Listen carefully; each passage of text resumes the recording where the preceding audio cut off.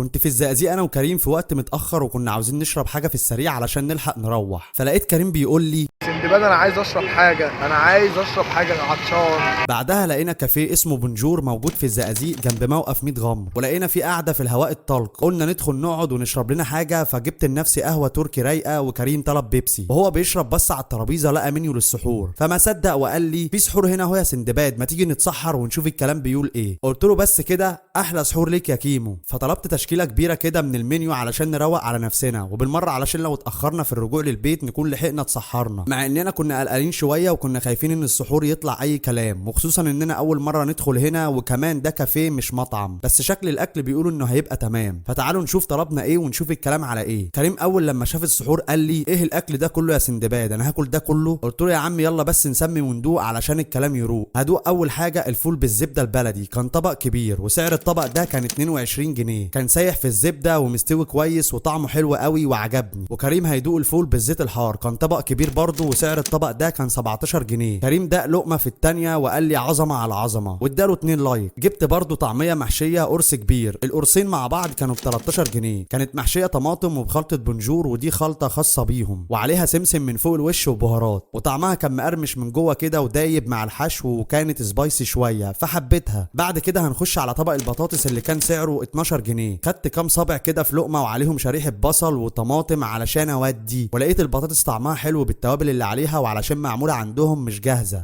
انا دقت واحده كده في الخباثه طعمها جامد.